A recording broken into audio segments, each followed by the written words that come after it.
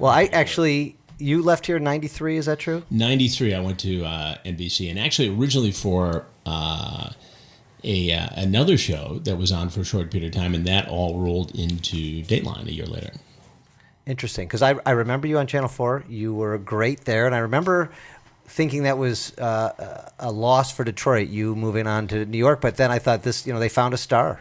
Well, it was interesting because I always thought that, I'd end up staying in Detroit my whole life, growing up with Bonds as a, sort of a second father, as did Kevin.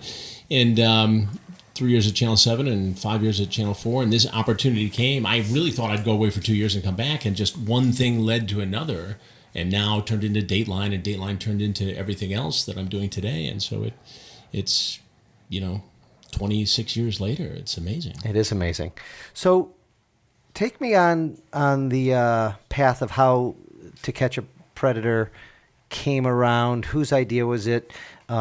Was that an immediate thing when you got to Dateline? I don't remember the history. It was many years later. So I started at NBC in 93, and about 2004, I was talking to Kevin, actually, and we speak at least once a month about stories and what are you working on and what's happening and what are the trends. And he said, you may want to call these guys Perverted Justice. They're an online watchdog group, and they used to set up stings. They'd, have a conversation with somebody. They'd have a decoy posing as a 12, 13, 14-year-old.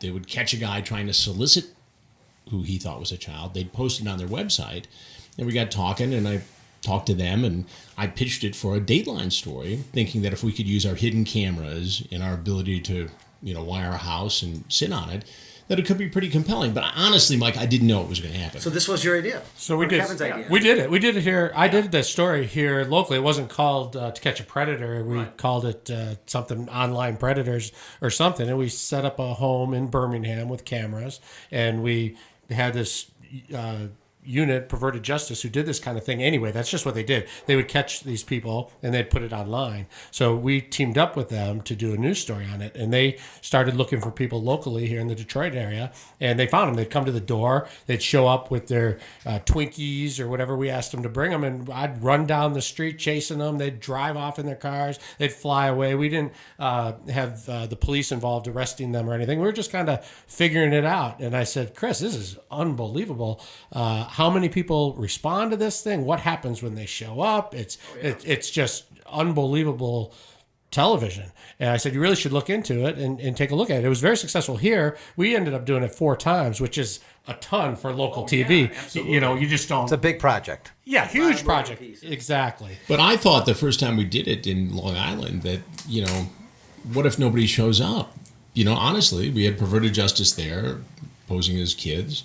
We had hidden cameras, we had regular cameras, we had security, but I'm driving to the house and I'm thinking, what if I'd just blown, $50,000 of NBC's money? And with that, I get a phone call from my producer saying, there's 2 guys on the way, due in 45 minutes. Where are you? We got there, and 17 men, including a New York City firefighter, came through the door in a period of 2.5 days. Was that the biggest one you did? No, we did one...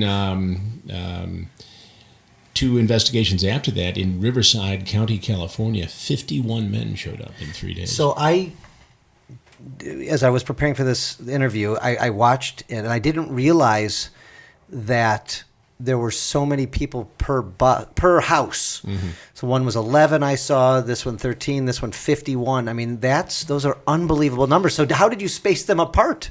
Well, sometimes we didn't. I remember one time in Florida, we had 2 show up at the same time, and the producer and the security guy looks at me and said, "How do you feel about doing 2 at a time? Because they're outside." I said, "What's their background? Do they look violent? Do we think they're carrying weapons or anything?" And the usual questions. No, they were pretty good. All right, so they walk in, and I never forget. One guy was slaves for mistresses, and the other guy was tennis boy 213.